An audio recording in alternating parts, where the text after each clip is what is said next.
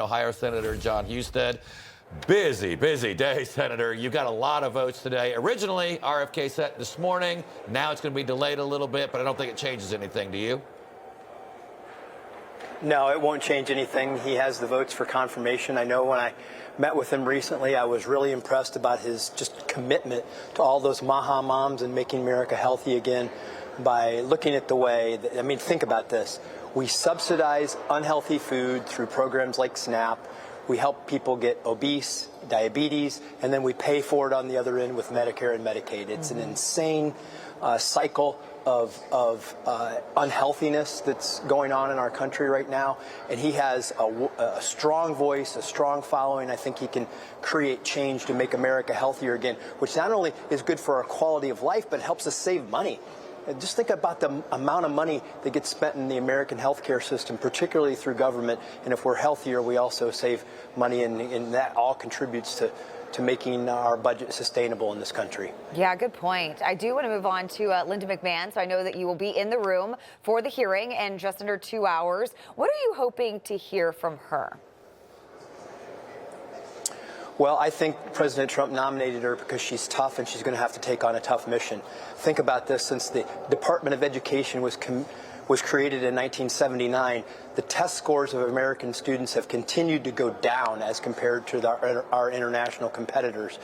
Imagine this, creating a large government bureaucracy in education doesn't work in actually educating students. So I hope what we'll hear from her is a little bit more about the plan to take the power out of Washington as it relates to education, give it to the states and local communities, provide more educational freedom through school choice, focus the resources where they're going to have the most impact, and get this bureaucracy out of the way that writes 90% of the rules and gives 10% of the funding to our local schools.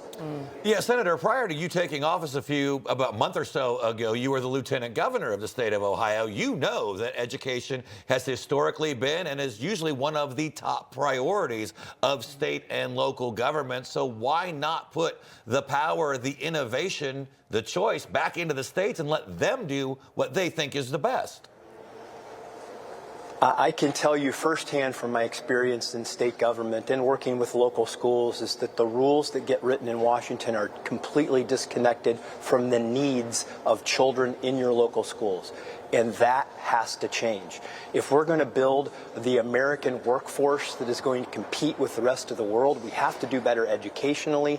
That means more school choice. That means more STEM education. That means more career tech and vocational education, helping students find the pathway that best meets their needs. That freedom can only occur at the local level. And when you have so many rules about how you have to run your operations coming out of Washington, that stifles education innovation. That has to change in our country if we want to compete and win.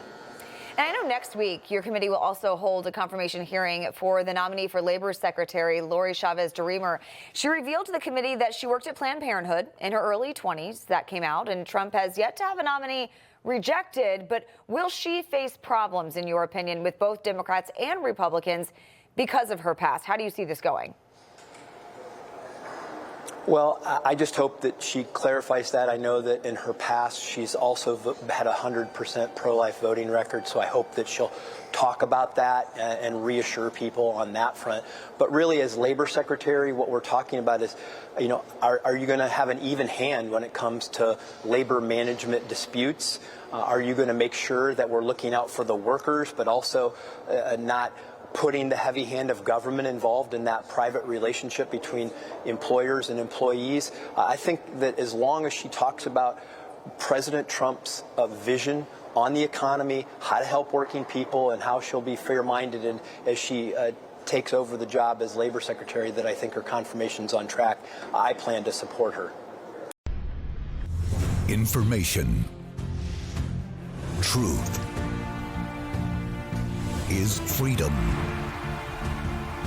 Is Newsmax. It's real news for real people.